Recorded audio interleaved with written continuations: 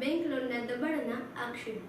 અમરેલી જિલ્લાના વડિયા તાલુકાના ખડખડ ગામે એક ખેડૂતે આત્મહત્યા કરી લેતા સમગ્ર વિસ્તારમાં શોકનો માહોલ છવાઈ ગયો છે। મૃતક ખેડૂતની ઓળખ અશ્વિન નાથાભાઈ હીરકવા તરીકે થઈ છે।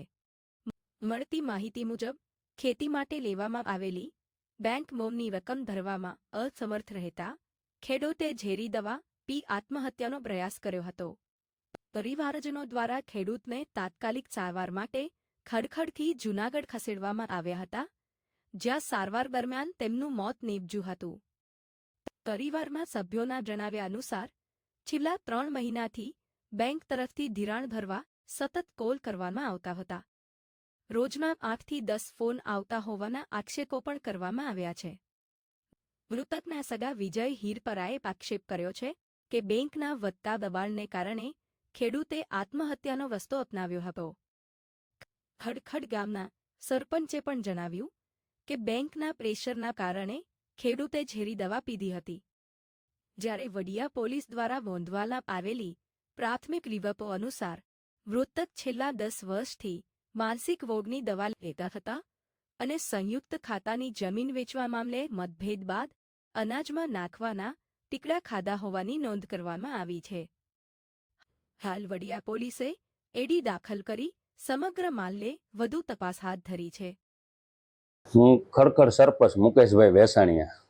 તો મુદ્દામાં સાહેબ એવું છે કે અશ્વિનભાઈ નાથાભાઈ હીરપરા, જે અમારા ગામનો એક હીરપરા પરિવારમાં એક ગણો તો સામાન્ય પરિવાર, એમાં અશ્વિનભાઈ નાના ખાતેદાર, ખેડૂત ખાતેદાર છે કે જેઓએ આર્થિક રીતે નબળો પરિવાર છે અને બેંકમાં લોન લીધેલી હતી। તો અવારનવાર બેંકનું પ્રેશર આવવાથી કે ભાઈ ઉઘરાણી કરવાથી હવે એને પ્રયત્ન એની રીતથી ખૂબ કર્યા કે ભાઈ મારે બેંકને બધું ભરી દેવું છે, પણ છતાં પ્રયત્નશીલ છતાં એનાથી થયું નહીં અને એને આવું પગલું ભરવું પડ્યું છે કે સુસાઇડ કરવી પડી છે।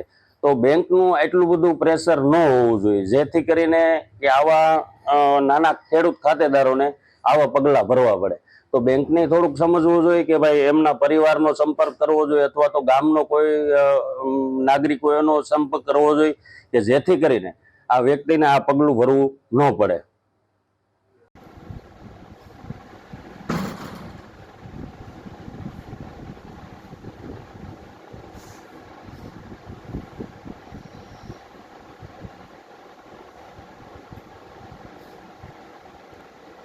બેન શું બનાવ બેનો કઈ કહી શકશો?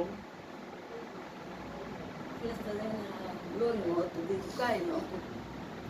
લોનનું હતું ને એટલે એમાં આવડું પગલું ભરી લીધું। ફોન આવ્યા આવીને થતું હતું।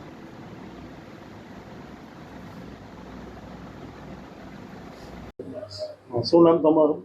મારું નામ વિજયભાઈ નાથાભાઈ હીરપરા। આ ભાઈ જે એક્સપર્ટ થઈ ગયાનું નામ? એ અશ્વિનભાઈ નાથાભાઈ હીરપરા, મારો નાનો ભાઈ। શું બનાવશો? બનાવ એને અનાજમાં નાખવાનો ટીકડો પીધો, આપઘાત કર્યો। બેંક ઓફ બરોડાનું ધિરાણનું દબાણ હતું।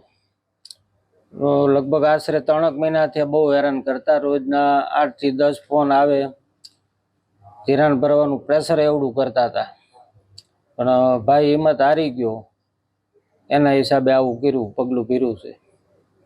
ભાઈના પરિવારમાં ભાઈના લગ્ન થઈ ગયા? ભાઈના લગ્ન થઈ ગયા, છોકરો 9મું ધોરણ ભણી રહ્યો છે, એક જ દીકરો હતો।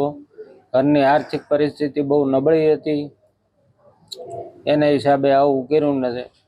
બેંકના ત્રાસથી જ આ પગલું ભર્યું છે એને। 10 થી 15 ફોન આવતા બેંકની શાખાના કે બે ધિરાણ ભરી જાવ, પણ ભાઈ ઘણું મહેનત કરી પૈસા ગોતવા, પણ કે પૈસાનો મેળ ખાધો નહીં, છેલ્લે આ પગલું ભર્યું એને। ધિરાણમાં કંઈક મિલકત ઉપર આપતા હોય છે ને? જમીન ઉપર 7/12 ઉપર એને ધિરાણ આપ્યું હતું જમીનના, એને હિસાબે।